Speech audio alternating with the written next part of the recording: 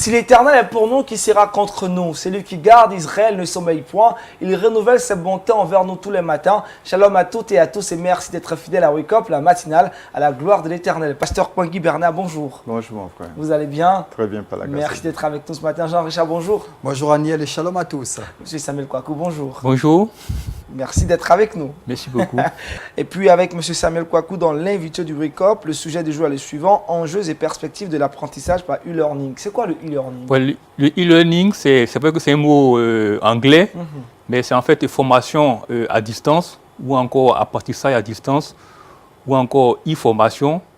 Et ça représente l'ensemble des solutions et des moyens permettant l'apprentissage par des moyens électroniques. Et lorsqu'on parle de moyens électroniques, c'est surtout l'informatique et puis l'Internet. L'Internet. Et aujourd'hui, on parlera des enjeux et perspectives, des avantages aussi, des inconvénients de l'apprentissage. Donc, merci d'être aujourd'hui. Monsieur Samuel Kouakou, c'est un expert en évaluation. Aujourd'hui, nous parlerons d'un sujet qui nous intéresse en tout cas et qui vous intéresse, c'est sûr, enjeux et perspectives de l'apprentissage par e-learning. Et c'est dans l'invité du Wake Up. Restez avec nous.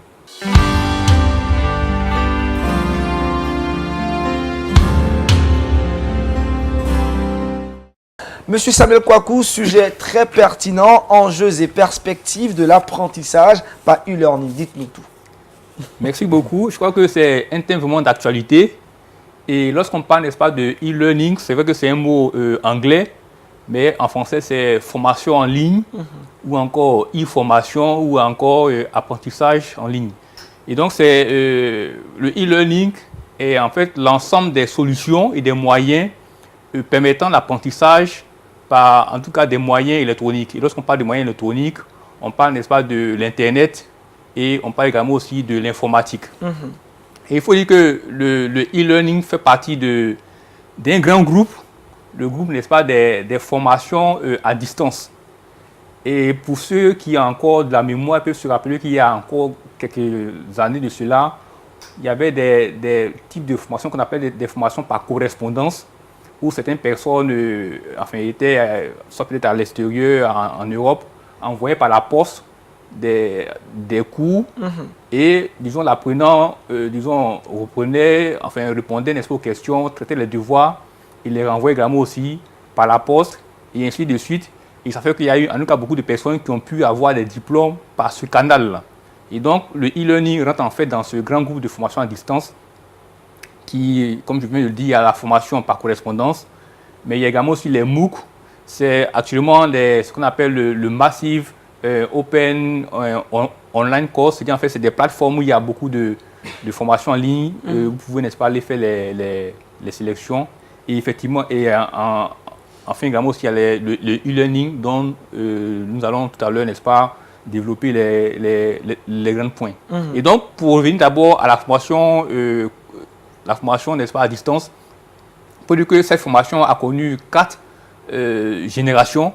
La première génération, c'est la génération, n'est-ce pas, de l'imprimerie. Donc, comme je l'ai dit, les documents, les cours, etc., se faisaient, n'est-ce pas, sur support papier, qu'on transmettait, n'est-ce pas, par la poste. Par la suite, il y a eu, n'est-ce pas, la génération du multimédia. Ça, c'est des années jusqu'à 1960, où en fait, on utilisait la radio et également aussi la télévision pour véhiculer, n'est-ce pas, des messages d'enseignement. Mais c'était en fait en une seule voix, c'est-à-dire la télévision parlait, mais il n'y avait pas de possibilité. C'était pas interactif en fait. Voilà, c'était pas interactif. Et par la suite, il y a eu, n'est-ce pas, la génération de la télématique.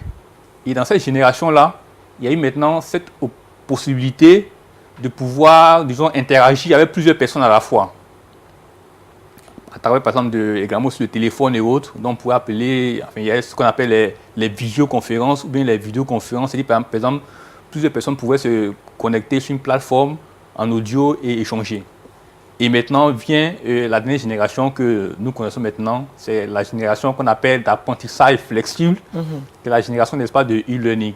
Et donc, c'est cette génération qui, depuis 90, en tout cas, est actuellement en activité, qui utilise, comme je l'ai dit, l'Internet et également aussi l'informatique. Il faut dire que dans le cas du e-learning, il y a deux principaux modes, n'est-ce pas, d'apprentissage. Il y a d'abord l'apprentissage, n'est-ce pas, synchrone. C'est en fait, tout se fait de manière simultanée. j'échange avec le formateur. Le formateur peut me voir et en fait, les échanges sont faits en direct, disons, de manière interactive. Mais également aussi, bon, donc là, par exemple, comme on dit, il y a le web conférence, il y a tout ce qu'on appelle, n'est-ce pas, enfin, ça peut également aussi utiliser par le téléphone, mais également aussi, il y a le mode asynchrone, que nous connaissons beaucoup aussi. Il y a l'utilisation, par exemple, de l'email, des courriels, qu'on peut utiliser, n'est-ce pas, pour pouvoir échanger les informations entre le formateur et l'apprenant. Il y a également aussi les forums de discussion. Vous postez en fait une question et d'autres personnes peuvent répondre peut-être dans 1 ou 2 ou 3 jours en fonction, n'est-ce pas, de leur disponibilité. Donc voici en fait les deux modes, n'est-ce pas, d'apprentissage en e-learning. Et il faut dire que la particularité du e-learning, c'est le fait que par exemple l'apprenant et puis le formateur ne sont pas forcément, disons, obligés d'être dans la même salle.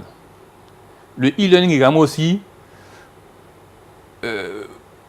a besoin que l'apprenant ait une bonne maîtrise de l'informatique et puis également aussi de l'Internet.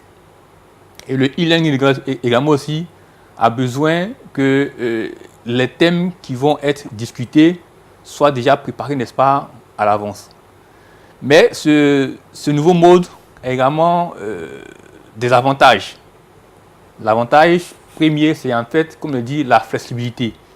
C'est-à-dire, vous pouvez choisir le moment à laquelle vous voulez, n'est-ce pas, suivre la formation. Vous pouvez choisir également aussi le lieu de la formation.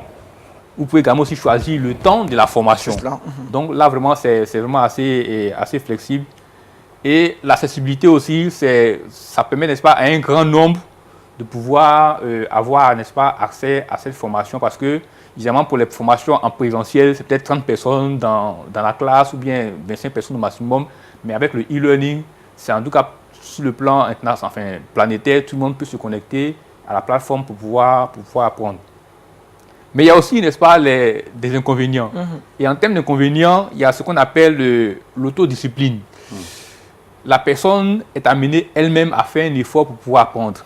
Et là, lorsque vous n'êtes pas habité d'une certaine rigueur, c'est vraiment assez difficile de pouvoir suivre, disons, une formation en e-learning. Donc, il faut être une personne vraiment assez rigoureuse, assez disciplinée. Il y a également aussi l'isolement. Vous suivez une formation et vous êtes seul dans votre univers, dans votre lieu de travail. Vous suivez une formation alors que les autres étudiants, qu'on appelle les apprenants, sont dans divers lieux, dans divers pays. Donc souvent on a cette sensation, n'est-ce pas, d'isolement. Et l'autre inconvénient aussi, c'est vraiment, comme je dis, une bonne maîtrise, n'est-ce pas, de l'informatique. Mais également, il y a des effets, n'est-ce pas, des enjeux socio-écologiques. Parce que tout ce matériel qu'il faut utiliser pour le e-learning, c'est-à-dire les serveurs, l'informatique, enfin, disons, les ordinateurs et autres, ont besoin, n'est-ce pas, d'être perfectionnés au fur et à mesure que les années ou bien que l'intérêt, n'est-ce pas, grandit.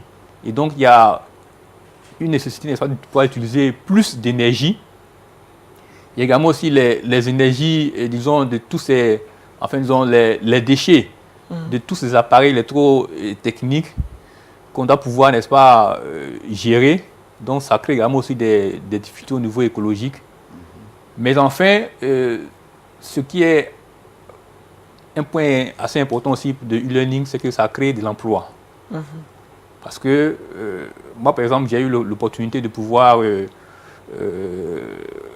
être formateur, n'est-ce pas, en e-learning. Et moi, j'ai préféré principalement le e-learning, n'est-ce pas, aux formations en présentiel parce que de mon lieu où j'étais, je donnais des cours, n'est-ce pas, à l'extérieur. Alors que si c'était des formations en présentiel, il fallait se déplacer. Il fallait, n'est-ce pas, faire, n'est-ce pas, le cours, ça peut être arrêté, etc. Donc, il y avait tous ces inconvénients-là qu'avec le e-learning, on pouvait, n'est-ce pas, éviter. Et, comme je dis, en termes, n'est-ce pas, d'opportunités d'emploi, il y a la demande en formation est assez forte. Et donc, avec le e-learning, vous pouvez, n'est-ce pas, avoir plusieurs apprenants qui peuvent se connecter, n'est-ce pas, à votre plateforme. Et aujourd'hui, comme je le dis, il y a des plateformes, par exemple, qu'on appelle les MOOC qui existent. C'est gratuit, vous pouvez, n'est-ce pas, vous connecter, choisir un thème de formation et puis les suivre de manière régulière et à la fin avoir des diplômes. Et cela aussi peut participer, n'est-ce pas, au désengorgement, n'est-ce pas, de nos universités qui sont, en tout cas dans la plupart des pays africains comme, développés, qui sont surpeuplés. Et donc cela peut permettre également aussi, en termes de politique, de pouvoir désengorger ces universités-là et puis permettre des formations de qualité. Et comme il y a également aussi, par exemple, des formations qui se déroulent dans certaines grandes universités, que par exemple dans des universités au niveau du Sud, on ne peut pas avoir accès à ces formations-là. Et par le biais, n'est-ce pas, des webconférences, du e-learning, on peut en tout cas être dans une salle en tant qu'apprenant et par exemple avoir un professeur émérite dans une grande université, en Amérique ou aux États-Unis, nous dispenser, n'est-ce pas, ces formations-là. Mais l'inconvénient, c'est qu'en fait, pour ces e-learning-là, on ne peut pas, faire, de travaux pratiques. Donc, c'est un peu, c'est ce volet qui est certainement pouvoir améliorer pour que vraiment ce e-learning, dans les années à venir, soit mieux repositionné. Mais déjà, je pense qu'il y a il y a le web, la télémédecine qui existe aujourd'hui. Donc, pour dire qu'en fait, dans tous ces domaines, également aussi, le e-learning peut se développer pour la formation, appuyer la formation, que ce soit dans le domaine des religieux ou bien dans le domaine, n'importe quel domaine. Le e-learning est en tout cas une opportunité à saisir en termes, n'est-ce pas, de possibilités, n'est-ce pas, de formation, mais surtout, comme je viens de le dire, en termes, n'est-ce pas, de possibilités, d'opportunités d'emploi pour les jeunes, pour les formateurs, mais également aussi pour, en tout cas, toutes nos différentes nations qui aspirent à développer la recherche en termes d'éducation. D'accord. Est-ce qu'en matière de coût, le e-learning est plus économique que la formation classique? Oui, le e-learning est plus économique parce que, comme je l'ai dit, le e-learning, on a besoin d'un serveur ou bien d'héberger, n'est-ce pas, le cours.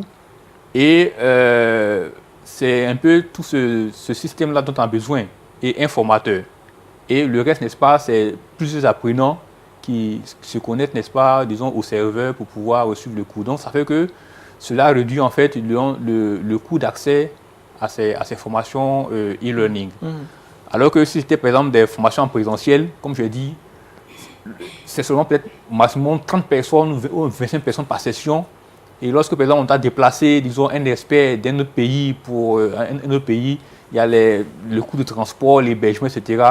Ça fait que vraiment la formation elle-même répartie, n'est-ce pas, à chaque apprenant devient vraiment assez cher. Donc avec les e-learning, c'est vraiment des formations de qualité, mais également aussi avec des coûts vraiment assez compétitifs. D'accord. Jean-Richard?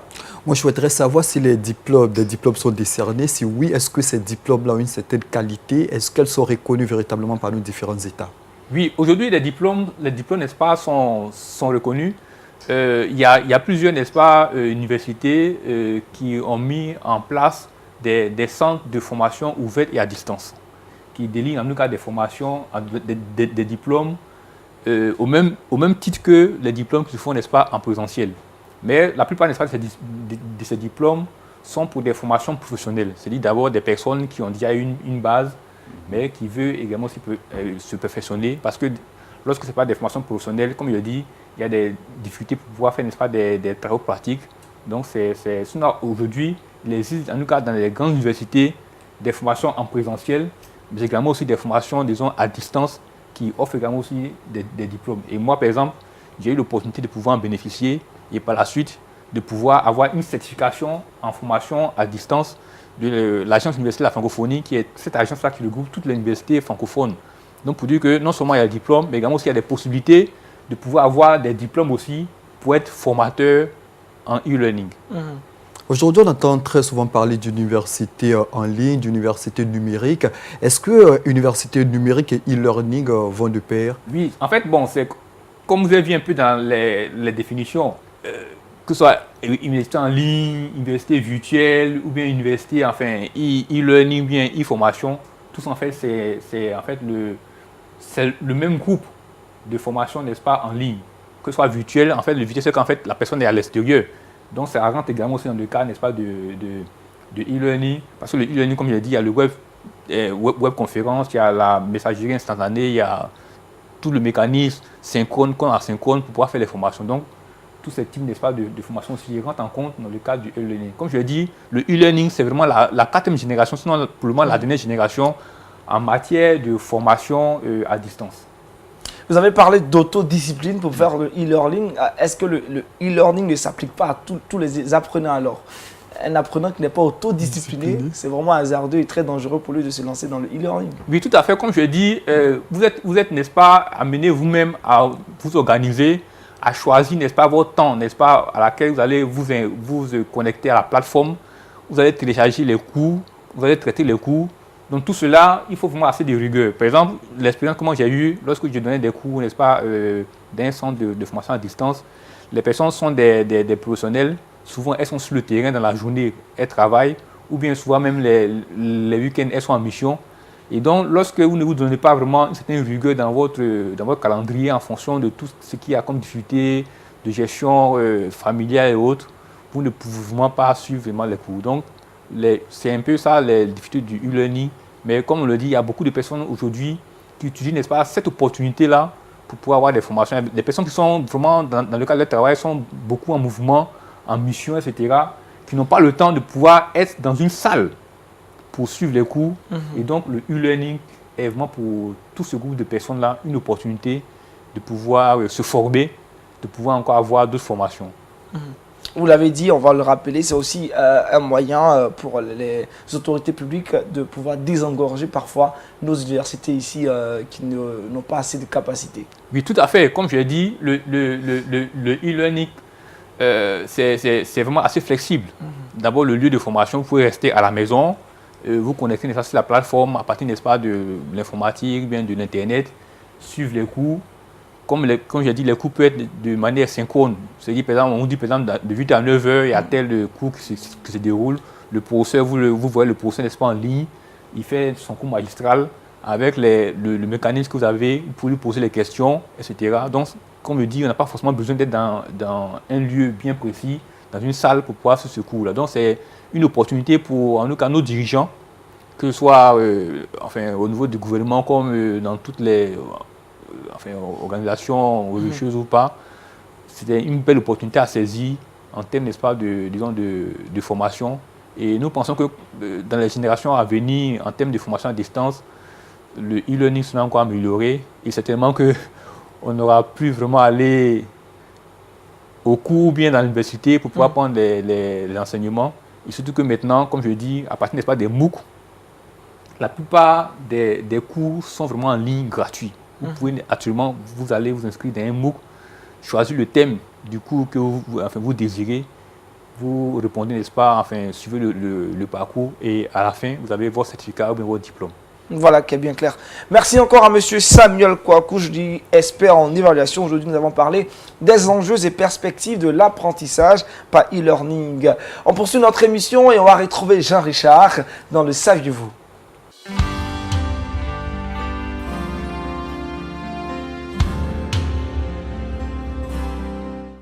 Jean-Richard, avec vous dans le Saviez-vous, on part pour la Grande-Bretagne.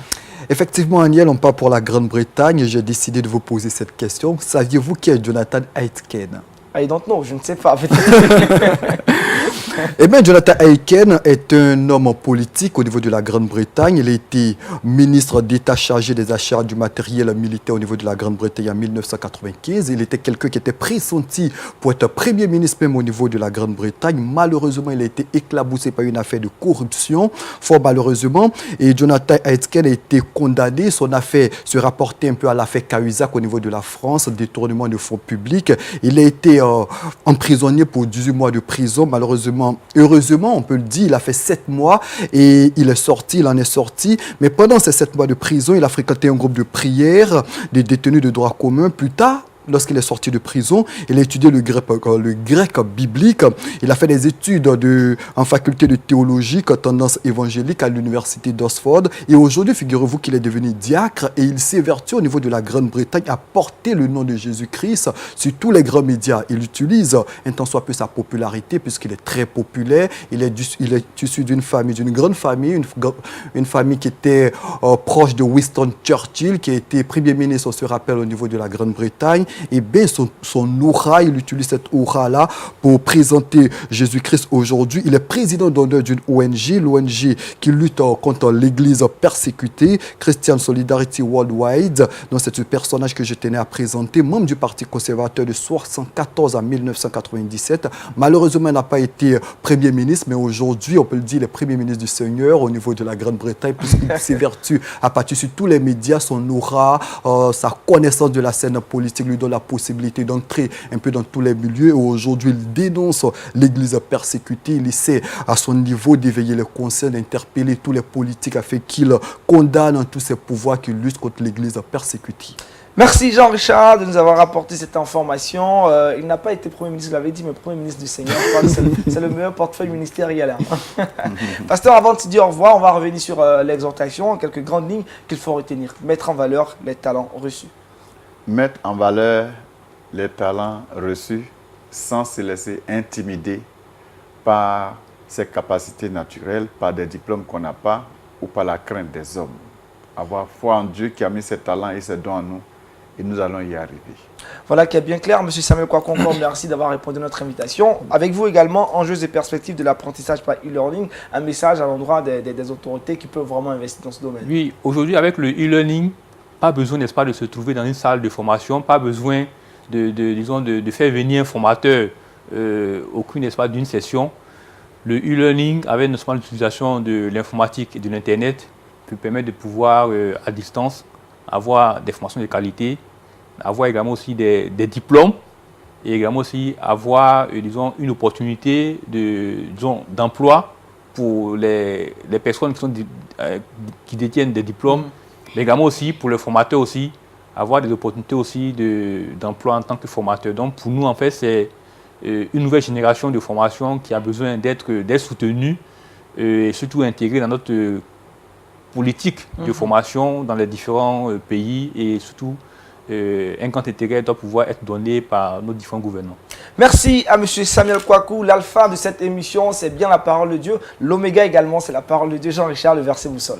Le verset boussole, Matthieu 25, verset 16, qui dit « Aussitôt celui qui avait reçu les 5 talents s'en allant, les fit valoir et il gagna 5 autres talents. » Mettre en valeur les talents que nous avons reçus de la part de Dieu. On espère également que toute cette semaine, vous allez mettre en valeur les talents que vous avez reçus de la part du Roi des Rois. On a été très heureux d'être avec vous. Merci encore au pasteur Kwangui Bernard, à M. Samuel Kwaku, à Jean-Richard, à toute l'équipe de réalisation de Wake Up. Rendez-vous est pris demain matin. D'ici là, portez-vous bien et shalom chez vous.